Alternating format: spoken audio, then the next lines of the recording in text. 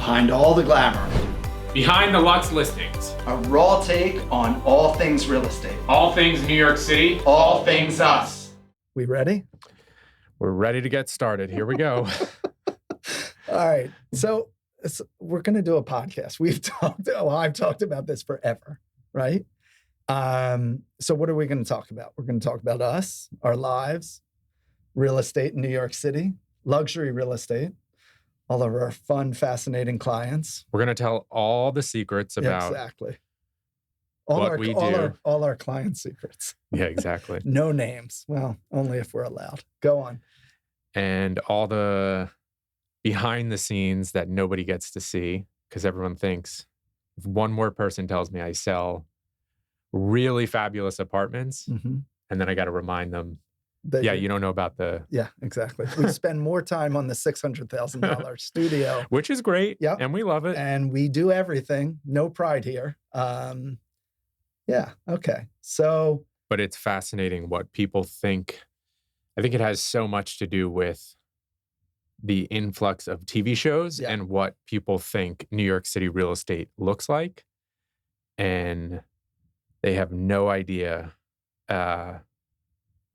what goes behind the scenes. Yeah. So I think that's what's really interesting. And hopefully... And that we don't just have keys and open doors and everything sells immediately. And then we have a lunch to talk about our different offers. And we definitely don't scream at other brokers like they do on TV. Well, sometimes we do. Some brokers are scream at us. Yeah, exactly. But we're not screamers.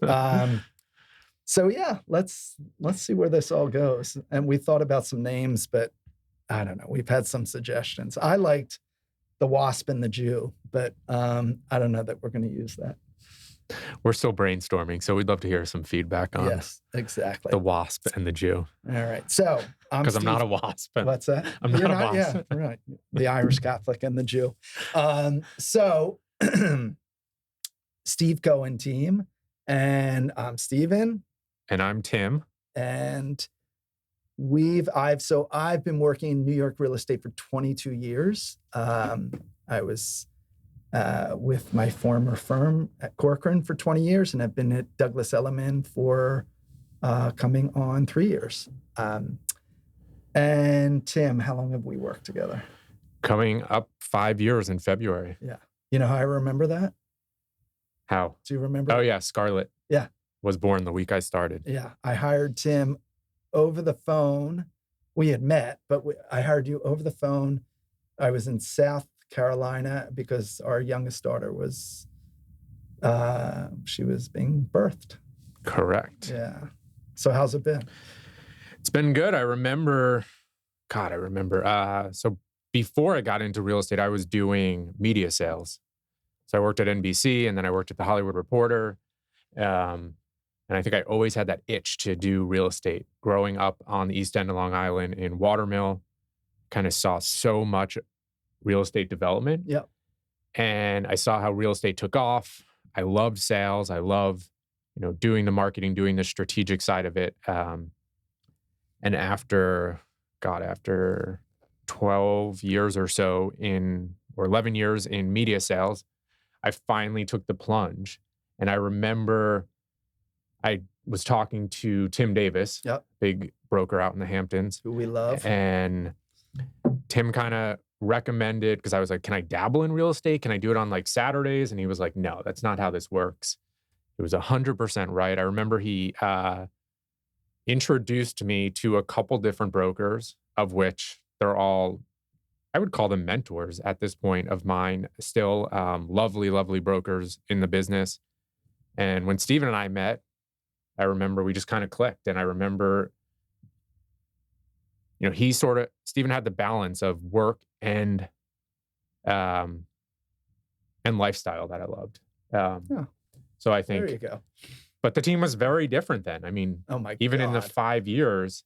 Yeah, very different. I think about the office we were in and who was on the team and things we've accomplished. I mean, it's crazy. We've come a long way. And Tim and I we were talking this morning because we're in a growth mode right now and we're shifting and pivoting in this new economy. But we were talking this morning about sometimes it feels like we're taking a few steps back because we're trying new things, and but we're always moving forward. So I remember when Tim first came in. I've told this story before. He knows this. Tim's, how tall are you? 6'2"? Yeah. Okay, so I tell people I'm 5'9", but I'm really not. But I remember I was like, I don't need this tall guy around me. He's too tall. I'm like, me feel short. So I almost, for a split second, but no, immediately we connected. And I remember when you came in the office and there was an instant connection. And also I liked Tim's background. And I thought he'd be great at real estate. It's not rocket science and it's not brain surgery. However, it is definitely more complex. And it's a real business, not like when I grew up and the stereotype where divorcees and single moms were your real estate broker. You're right. So much has come a long way. We deal in very big ticket items as well as other things, but real estate for many people, it's can be their greatest asset or one of their greatest assets. And for other, it's, even if it's not their greatest asset, it's their home. So that's super important. So there's the whole emotional side. So there's a lot to it. Also, And the industry has we're sitting here doing a podcast. I know, exactly. Right. And who wants to hear from two real estate brokers? But it's podcasts, it's Instagram, it's YouTube, it's things that weren't even discussed 5 years ago. Not at all. And during COVID is when we really took off in social media. And I remember it was Jeff Mays, who we were coaching with at the time. Shout out to Jeff Mays. And he said to us we used to do, I was in the Hamptons. We were all scattered. Harbor, the whole team was scattered. Mm-hmm. And Serene, our marketing director, was in Tunisia, where she still is. She hasn't come back. But it's amazing. You'd think she was on the ground here with us. But anyway, so we would do morning calls and every morning during COVID. And then we had a coaching call with Jeff. And he said, all right, you guys, you've got to pivot. You've got to get more into social media. You have to do a show. And I remember I groaned and I said, I'm not doing that. And every time, I tell Tim this all the time, every time there's a new idea or suggestion that comes up, the more I groan and say, I don't want to do that, the more that I know it's right. And that's the thing we should move forward to and lean into. So anyway, we started doing like our interview shows with all different clients and people we knew and influencers. And it was great. Real estate is just a topic that I think anyone can talk about, whatever level you're at, whether you're renting or buying. I think especially New York City, it's so fascinating. Yeah. In my opinion, and I could be totally wrong on this, is here in New York City, we don't entertain at home that often. I feel like a lot of times we always meet people outside of the home. Yeah.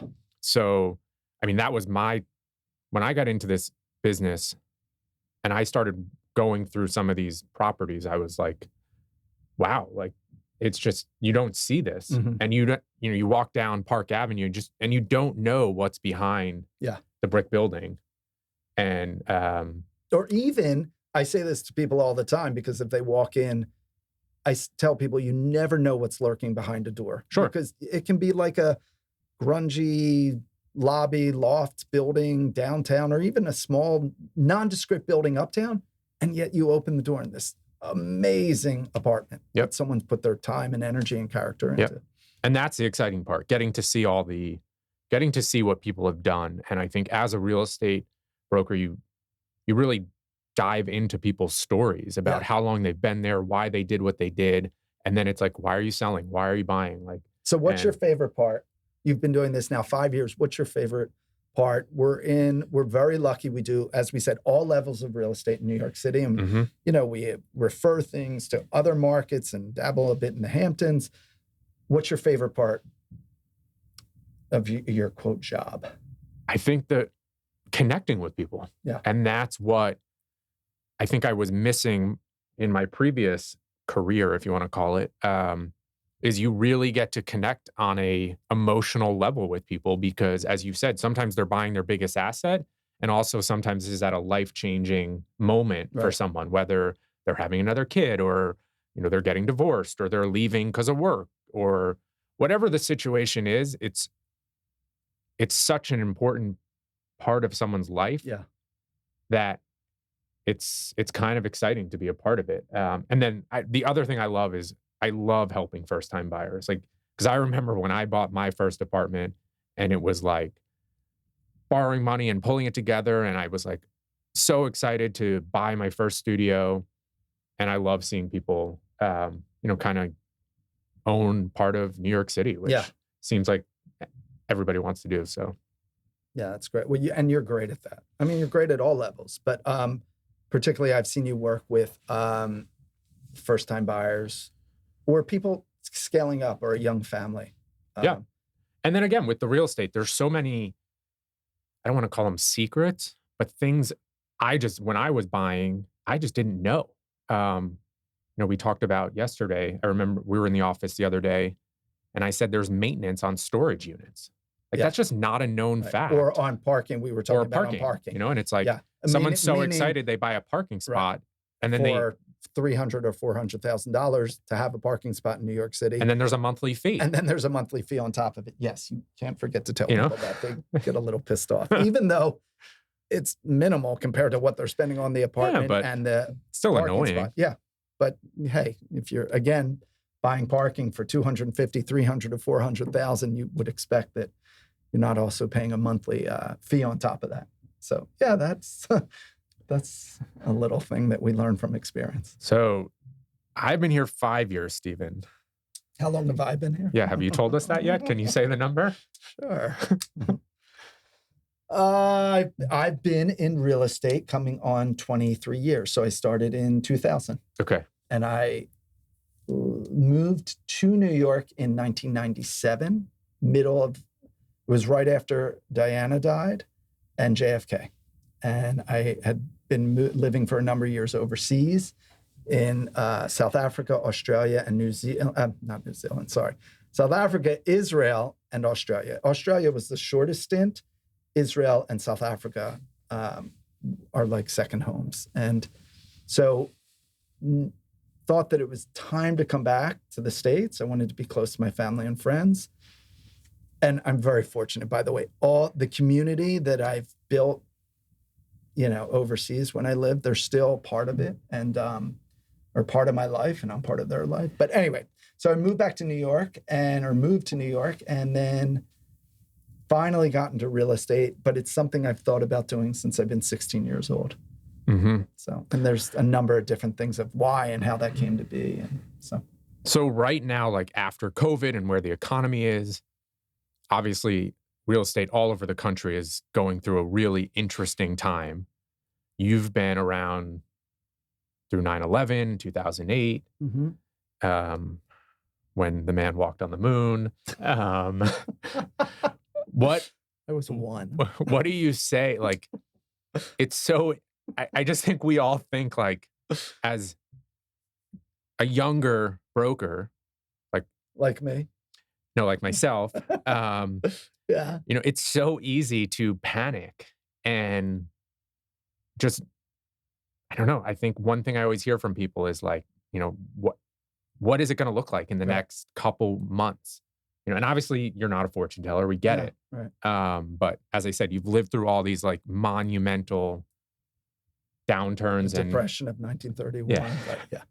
But the first pandemic in 19. But not even talking specifically like to today, but so, how do you keep momentum and how do you keep enthusiasm when, we're just flooded by tough news right now.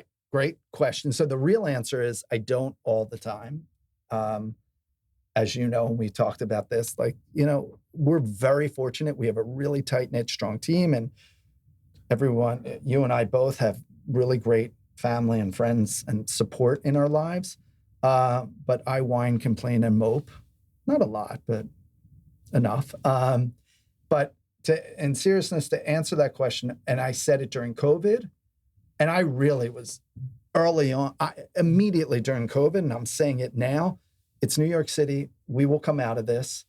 Human beings have such short memories, and wherever we are, they forget, like, oh my God, we've gone through this and come out. And every market, 9/11 and 2008, when things were bad, we came out better and stronger And this will happen now. There's opportunities in every market.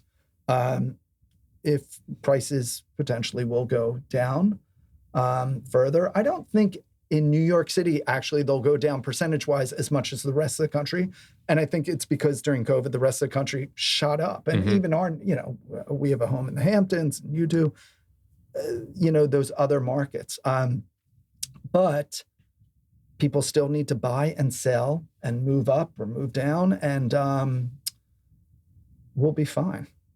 We'll be fine. Our job, I think, is to keep the emotions between the lines. People look to us about how to react. I tell people all the time, I'll tell you when to panic, and to just be as up on the market as we possibly can, because that's our job.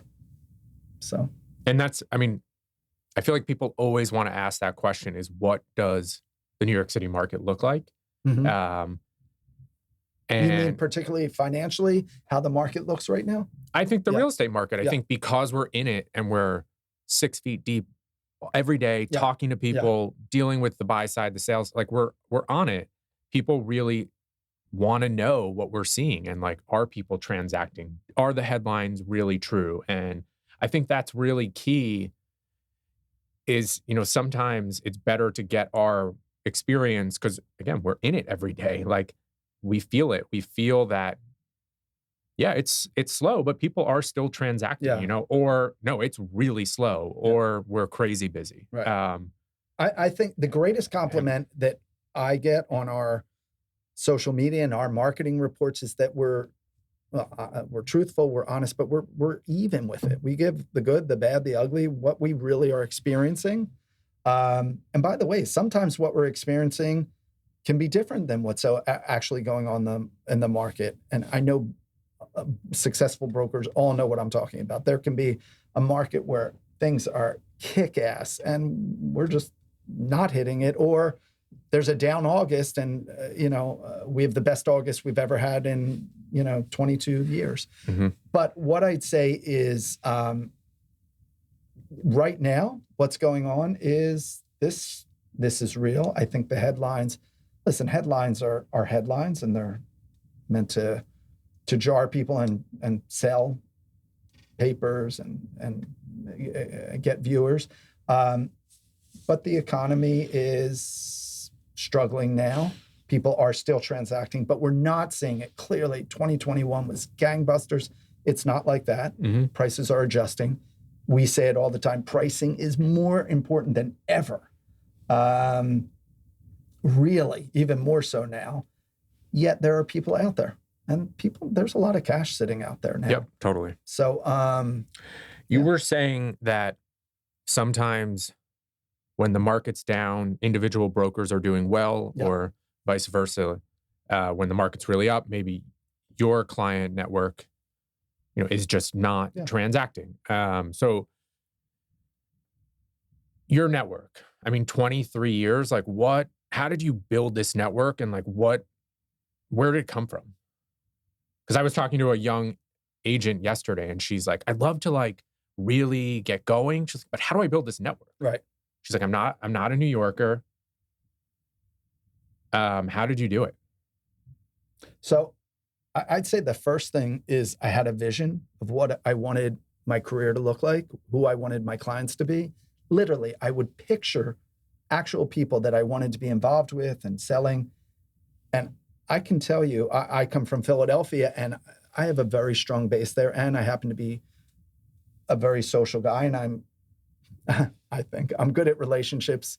Kirk may not think so, but anyway, truthfully, I'm good at relationships. I keep in touch with people, and I care about people. So the network, literally, I envisioned who I'd want to work with, and I won't mention names, but some of those clients nowadays, we've literally sold their apartments. And I'll talk about the exciting, uber successful, multi-million, $20, $30 million properties that we've sold, where literally I had visions of 20 years ago, 10 years ago, someday I'll sell their apartment or I'll work with them. Or 2 attorneys who I know who are hugely successful trust and estates attorney, and work very closely with them. And I had a vision So part of it was the vision. Yep. And then part of it is just, we're New Yorkers. I have 2 kids. We're involved. We sit on the board of the JCC and on Hillel Penn State, and other Kirk's on the board of the Drama League. So it's being out there, and we're not on board so we get business, but that's how life happens. People work with who they trust and who they like. Obviously, you have to be knowledgeable and good and have a track record, but you build on that. And I think trust is, I don't know, it seems like in this industry, it's so important. There's a statistic, I won't get it exactly right, but I think when they valued in a salesperson or someone they work with where people put their values, trust is number 1. Mm-hmm. It was like, I mean, you have to trust. Yeah. If we don't have trust, if our clients don't trust us, when we have to make that phone call and say, listen, I'm seeing it every day.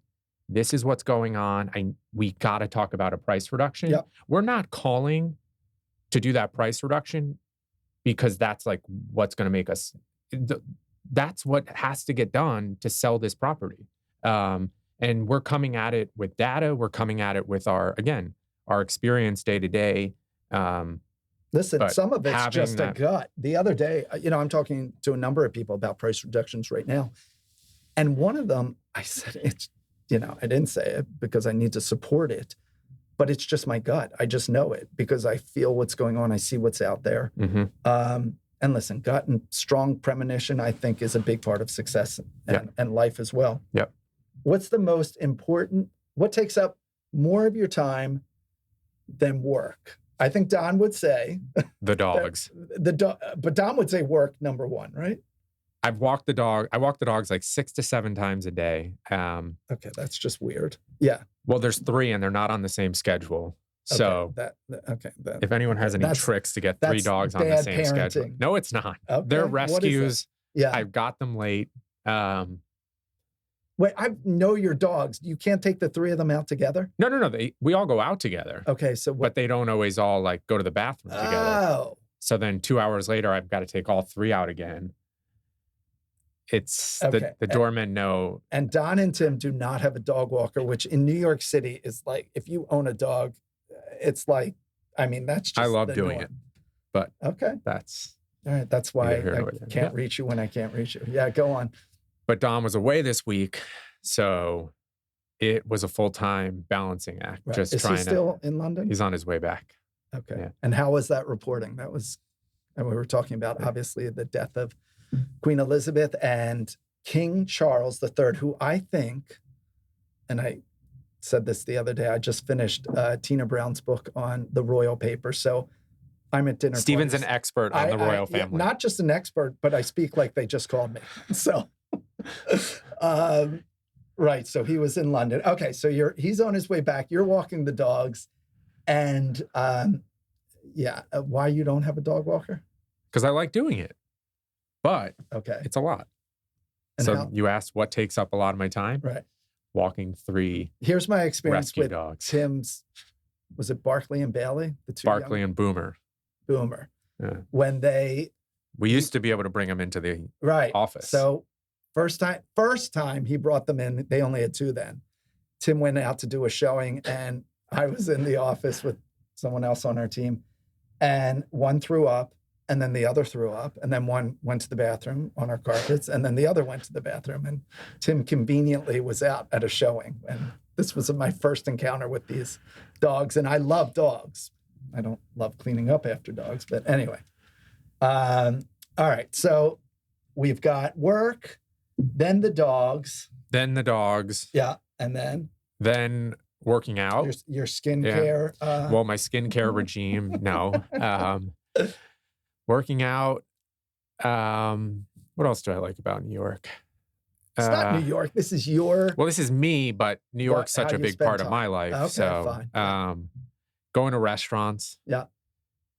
I got to tell you, we moved to Hudson Yards and I've really fallen in love with the High Line. Wow. I think the High Line is like when I have an early morning showing and I can just like leave and walk down the High Line, it's like one of the most like peaceful things in the morning. Yeah. And obviously, and it's not peaceful at all because there's 10,000 tourists on it, but it's just sort of like, So if you don't know, the High Line is a raised, abandoned railroad track that a number of years ago, and I should know who was involved in this, but people got together and worked on it very hard. And now it's a park. Yeah. And it stretches for many blocks, and it's beautiful and incredible. And what has happened, just to bring some real estate back, is building and new developments have all built up and grown around the High Line, literally to be right on the High Line, which is like its own neighborhood. So you can't, obviously I walk in the High Line, but not that often. You cannot bring dogs. Correct? Cannot bring dogs, right. which is fine. Yeah. It's funny, actually. This past week when Dawn was away, I literally would take like walks by myself because I just had to. I needed time away from the dogs because I was like, wow. Okay. Right. Because if I'm in the apartment, Yeah. they just want 100% attention.